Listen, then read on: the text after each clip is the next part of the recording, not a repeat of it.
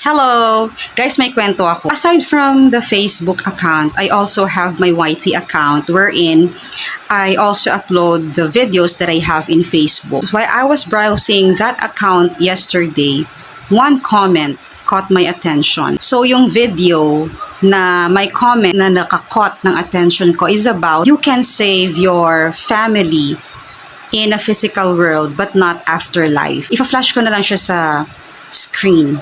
And you can see that that is a very negative comment, diba? Pero alam nyo, I didn't feel any anger, any ines, any negative emotion. You know what I felt? I felt triumphant. Kasi I'm starting to confirm and I believe that the Holy Spirit is with me.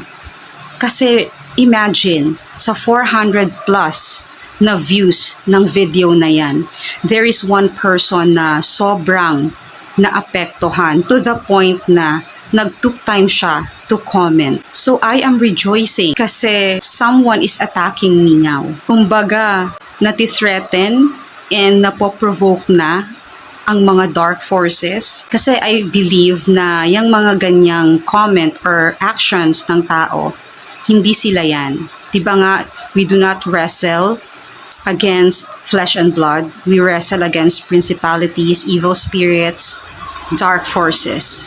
Diba? So yung dark forces na yan ay naiinis na sa akin.